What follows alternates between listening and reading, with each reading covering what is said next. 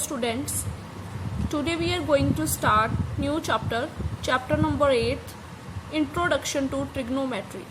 This chapter is very important, especially for those students who want to study mathematics in future.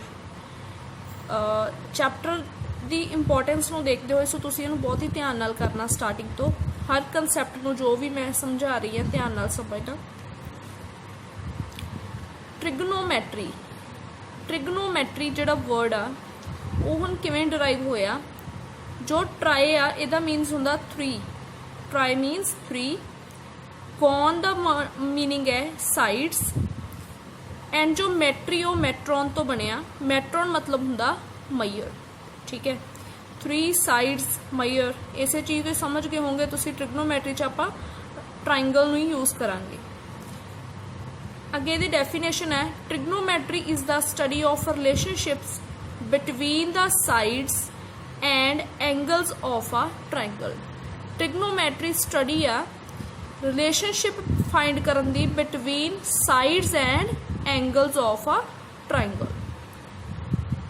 जिवें तुसी किसी भी tower की height find करनी आ, applications बारे दस रही हाँ, या फिर तुसी फॉर एग्जाम्पल कुतुब मीनार की हाइट फाइंड करनी चाहते हो तुसी, तो उहदे लई तुहानूं ट्रिग्नोमैट्री है जिहड़ी ओह अपलाई हुंदी है। नैक्सट है ट्रिग्नोमैट्रिक रेशोज़। ट्रिग्नोमैट्रिक रेशोज़ आ जो उहदे बारे पढ़ते हैं आपां। हुण राइट एंगल ट्राइंगल बारे सारिआं नूं पता, ठीक है। आपां लेट कर लैंदे हैं, this is a right angle triangle ABC, ठीक है। राइट एंगल ट्राइंगल आता जो एंगल B अपना की होएगा 90 डिग्री। जो ट्रिग्नोमैट्रिक रेशोज़ आ वो आप with respect to acute angle लैने आ, ठीक है। इत्थे हुण A भी एक्यूट एंगल आ, C भी एक्यूट एंगल आ, ठीक है। डिपेंड करदा कि मैं किहड़े एंगल दे विद रिस्पैक्ट टू लै रही हाँ। फॉर एग्जाम्पल मैं with respect to angle A लेना, ठीक है। सारियां रेशोज़ आ जिहड़ियां मैं with respect to angle A लैनी आ। अगर मैं with respect to angle A लै रही हाँ तो A होएगा तुहाडा बेस, ठीक है। इस एंगल जिहदे विद रिस्पैक्ट टू आपां लैणे आ ते 90 दे विचकार वाला वो हुंदा बेस, ठीक है। A होएगा तुहाडा परपेंडिकुलर, जो ए वाली साइड आ इनू तुसी बोलदे आ हाइपोटेन्यूज, ठीक है। तो हुण अगे मेरे कोल की है ट्रिग्नोमैट्रिक रेशोज़ की गल करते हैं। ट्रिग्नोमैट्रिक रेशोज़ आ जो मेरे कोल 6 हुंदियां। साइन ए, कॉस ए, इहदे विच बच्चे तुहाडे लई हरेक वर्ड शायद नवां ही होगा क्योंकि तुसी 9th तक इहदे बारे कुछ नहीं पढ़िया, ठीक है। सो हर चीज़ तुहाडे लई नवीं आ, इनू इंटरस्ट नाल पढ़ियो। Sine A, cos A, next आ जाएगा टैन ए, ठीक है। ट्रिग्नोमैट्रिक रेशोज़ आ sine A, cos A, tan A, cosecant A, secant A and cot ए।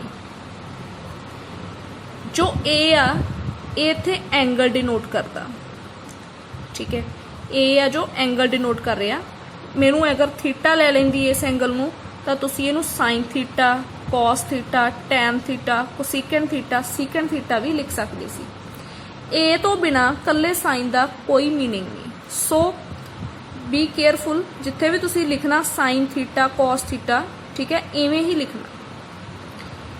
हुण गल करते हैं रेशोज़ की, ठीक है। रेशोज़ मतलब की आ साइड्स दियां ratios with respect to angle A, ठीक है। साइड्स दियां रेशोज़ तो इहदे लई एक चीज़ पहला देखो,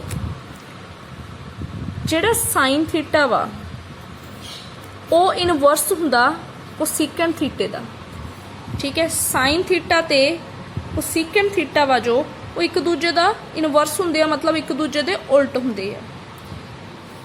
कॉस थीटा जो इत्थे मैं थीटा लिख लिया पर इस ट्राइंगल के अकॉर्डिंग आपां ए ही लवांगे, ठीक है। इत्थे मैं थीटा लिख दी तो मैं इत्थे थीटा ले ला या ए लेना, फिर सेम चीज़ आ।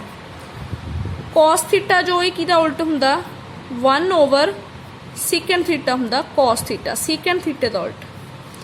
सिमिलरली टैन थीटा हुंदा 1/, cot थीटा। मतलब tan ते cot आ जो ये आपस विच की हुंदे आ, इनवर्स हुंदे एक दूजे दा, secant ते cos। हुण सब तो पहला sin A किहदे इक्वल हुंदा, cos A किहदे इक्वल हुंदा, tan A किसदे इक्वल हुंदा, कोसिकेंट सिकेंट एंड कॉट। ठीक है, ये आपां पढ़ांगे। इहदे लई एक कह लो ट्रिक आ, PBP HHB। P means perpendicular, H मतलब हाइपोटन्यूज, B मतलब बेस। साइन आ जो ये हुंदा perpendicular over hypotenuse. Cos theta हुंदा बेस अपॉन हाइपोटन्यूज एंड जो टैन थीटा वा ये की हुंदा परपेंडिकुलर अपॉन बेस। हुण जे मैं क्या भी इत्थे साइन आ जिहड़ा इहदा उल्ट कोसिकेंट आ, इहदा मतलब कोसिकेंट की होऊगा हाइपोटन्यूज ओवर परपेंडिकुलर। ठीक है, जे तुसीं कोसिकेंट देखना तो फिर नीचों शुरू करना हाइपोटन्यूज ओवर परपेंडिकुलर। सीकेंट की होऊगा hypotenuse over base. Similarly cot theta की होएगा बेस अपॉन परपेंडिकुलर। ठीक, हुण सब तो पहला आपां गल करदे हां साइन ए दी। इत्थे लिखे भी है वैसे मेरे, चलो मैं दोबारा फिर इधर लिखदी हां साइन ए। साइन ए लिख लो या थीटा लिख लो। जे इत्थे थीटा ना हुंदा फिर तुसीं इहनूं ए दा नेम ही देना सी। साइन ए हुण आपां इत्थे पढ़िया किहदे इक्वल आ, परपेंडिकुलर अपॉन हाइपोटन्यूज। परपेंडिकुलर की है इस ट्राइंगल दा BC अपॉन हाइपोटन्यूज। हाइपोटन्यूज की आ AC, तो साइन की आ जाएगा BC upon AC। Next cos A. Cos A हुंदा बेस अपॉन हाइपोटन्यूज। बेस की है इस ट्राइंगल दा AB। हाइपोटन्यूज की आ AC। नेक्स्ट आ टैन थीटा। टैन थीटा की है perpendicular upon base. Perpendicular is BC, base is AB। ठीक है, टैन A, क्योंकि मैं with respect to angle A ले रही हूँ इसलिए अपना बेस A ही होएगा। 90 ते इस एंगल दे विचकार वाला जिहदे मैं विद रिस्पेक्ट टू रेशोज लै रही हूँ। याद रखियो आ जिहड़ियां रेशोज आपां लईआं इहनूं रेशोज बोलदे आ। These are trigonometric ratios, sine A, cos A, tan A. ठीक है, ट्रिग्नोमैट्रिक रेशोज की है किसी एक एंगल दे, एक्यूट एंगल दी, एक्चुअली एक्यूट एंगल आ 90 तो छोटा। एक्यूट एंगल दे विद रिस्पेक्ट टू जदों आपां साइड्स दीयां रेशोज लैंदे आ उहनूं आपां बोलदे आ ट्रिग्नोमैट्रिक रेशोज। ठीक, नैक्सट आ गया कोसिकेंट थीटा। हुण देखो कोसिकेंट थीटा की दस्सिया सी, हाइपोटन्यूज ओवर परपेंडिकुलर। हाइपोटन्यूज की आ AC, परपेंडिकुलर की आ BC।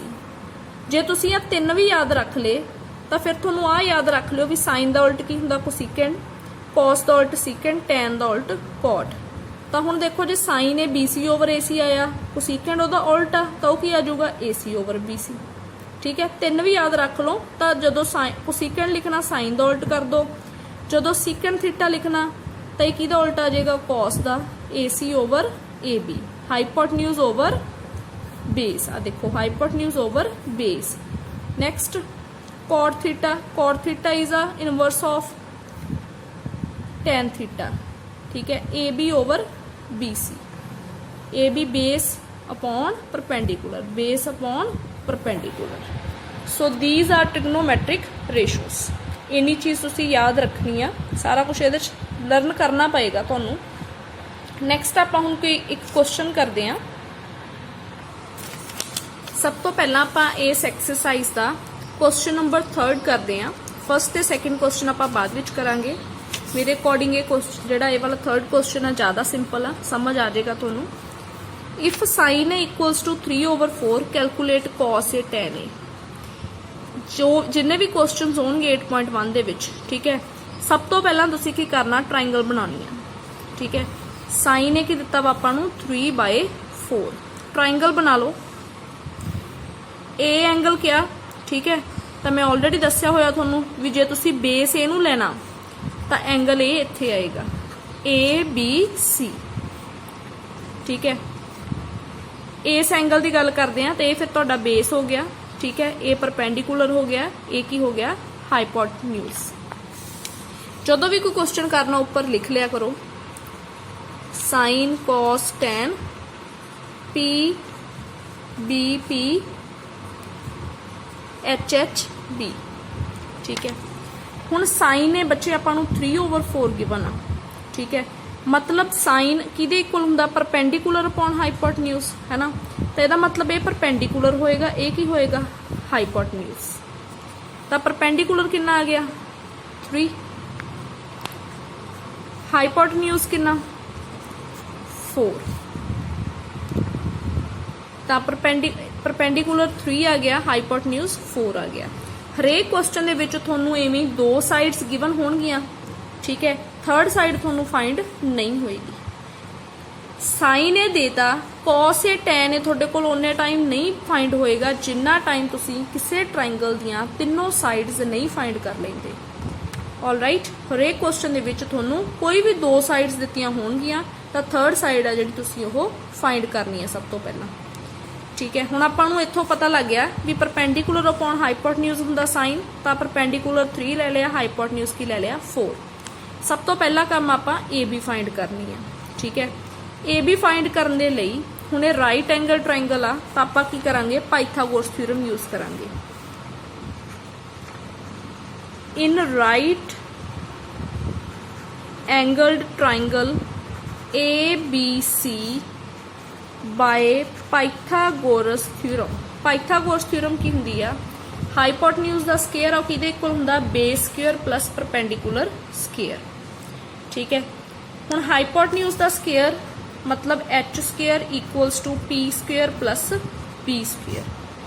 H कितना गिवन आपां नूं 4, तो 4 दा स्केयर आ जाएगा। P कितना गिवन आ परपेंडिकुलर 3 दा स्केयर आ जाएगा। बेस आ जो आपां फाइंड करना, 4 दा स्केयर की आ गया 16, 3 दा स्केयर की आ गया 9, बेस स्केयर 16 9 आ जो लेफ्ट साइड आके की हो जाएगा माइनस, तो ये आ गया 7 B स्केयर।